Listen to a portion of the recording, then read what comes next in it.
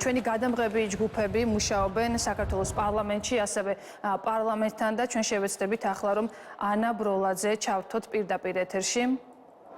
ანა, გისმენთ. ნინო, ვართ აქციაზე, სადაც ორი მთავარი ატრიბუტით არიან მოქალაქეები წარმოდგენილები, ბურთი და დიპლომი და ხედავთ, რომ სხვადასხვა წერტილზე ფეხბურთს თამაშობენ ადამიანები და ალბათ მიხეილ ყაველაშვილის საფეხბურთო წარსულის გათვალისწინებით ეს არის ბუნებრივი. ასე გამოხატავენ ისინი საკუთარ დამოკიდებულებას, რამდენიმე წერტილია, სადაც აქტიურად არიან აი ამ პროცესში ჩართულები და ეს არის მათი განაცხადი. ისევე როგორც მოქალაქეების უმეტესობა მოსული იყო ადგილზე დიპლომით, ვინაიდან დიპლომის არ ქონა იყო ის მიზეზი, რის გამოც მიხეილ ყაველაშვილმა წლების წინ ფეხბურთის ფედერაციის პრეზიდენტის არჩევნებში მონაწილეობა ვერ შეძლო.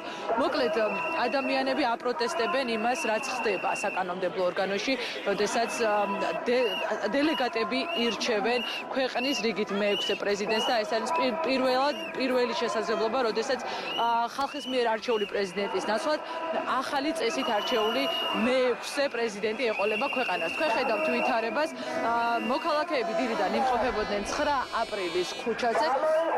აქაც ისევე როგორც ჭიჭინაძის ქუჩაზე მობილიზებულები არიან სამართალდამცავები, თუმცა ჭიჭინაძის ქუჩაზე აქციის მონაწილეები არასულან.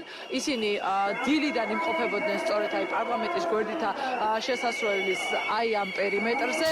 აქაც თამაშობდნენ ფეხბურთს, კეთდებოდა ასე ვთქვათ, იყო შეძახილები, რაც ახლავს ხოლმე ტრადიციულად აქციის მიმდინარეობას, ქცევა არც ახლა შეცვლილა, პროტესტზე მყოფი პროტესტის პროცესში ჩართული მოქალაქეებისა. ჩვენ ვესაუბრეთ როგორც რიგით მოქალაქეებს, ისე პოლიტიკოსებს, არასამთავრობო სექტორის წარმომადგენლებს, რომლებიც უერთდებიან ამ აქციას, ამბობენ, რომ არალეგიტიმურია ყველაფერი ის, რასაც მაყურებელი ეთერში ადევნებს თვალს და მათი გადმოსახედიდან შექმნილი ვითარებიდან ერთადერთი გამოსავალი ისევ და ისევ არის, რომ ჩატარდეს ქვეყანაში ხელახალი არჩევნები და შემდგომ პროცედურულად ალბათ, რადგან პარლამენტი ირჩევს პრეზიდენტს, რომელ პარლამენტსაც ისინი არაკანონიერად მიიჩნევენ, ამბობენ, რომ შემდგომ დღის წესრიგში ისევ დადგება ახალი პრეზიდენტის არჩევის საკითხი, მანამდე კი მათი შეფასებით სალომე ზურაბიშვილი არის ამ ქვეყანაში ერთადერთი ლეგიტიმური ხელისუფლება და ხელისუფლების ის შტო ისე შეუძლია, რომ ისაუბროს ხალხის სახელით. ქართულმა ოცნებამ უღალატა დემოკრატიას, უღალატა თავისუფლებას, უღალატა საქართველოს კონსტიტუციას.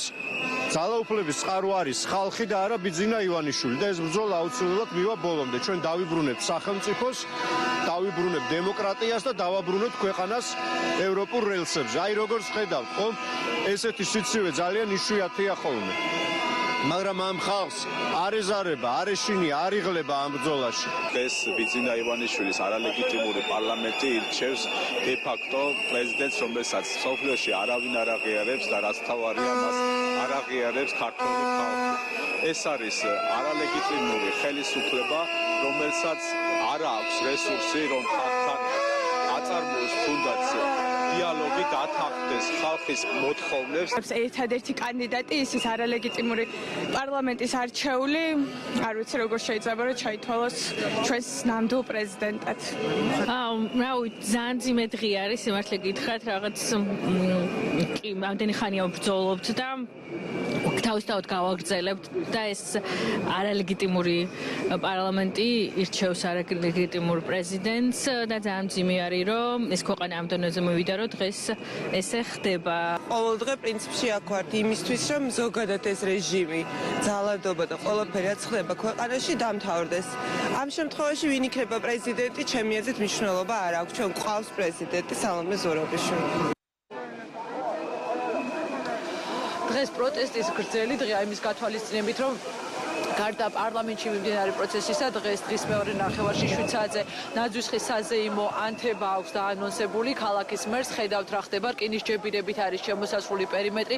შინაგან საქმეთა სამინისტროს წარმომადგენლები იცავენ ტერიტორიას. ნაძვისხე რამდენიმე დღეა წყობილია, სცენის მონტაჟიც გუშინ დაიწყო, თუმცა დღეს ბოლო სამზადისი მიმდინარეობს და იმის ნიშნად, რომ მოქალაქეები უკმაყოფილოები არიან დედაქალაქის მერის ამ გადაწყვეტილებით, პროტესტის ნიშნად სულ ცოტა ხნის წინ აქციაზე დაწვეს ასევე კახი კალაძის ნაკრების მაისური 4 ნომრით.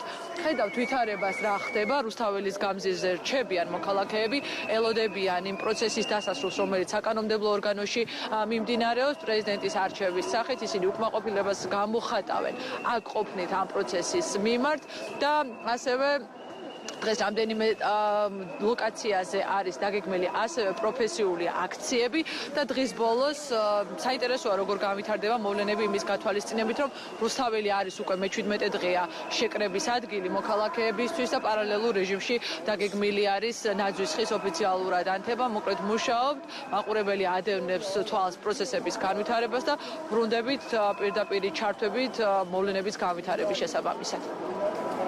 მადლობა ანა, აქციიდან ეს იყო ანა ბროლაძე, როგორც მოისმინეთ, აქციის მონაწილეები არ აღიარებენ პრეზიდენტს, რომლის არჩევაც დღეს მოხდება, ასევე სალომე ზურაბიშვილის პოზიციაც ცნობილია, ის ამბობს, რომ არსად წასვლას არ აპირებს და რჩება საქართველოს პრეზიდენტად.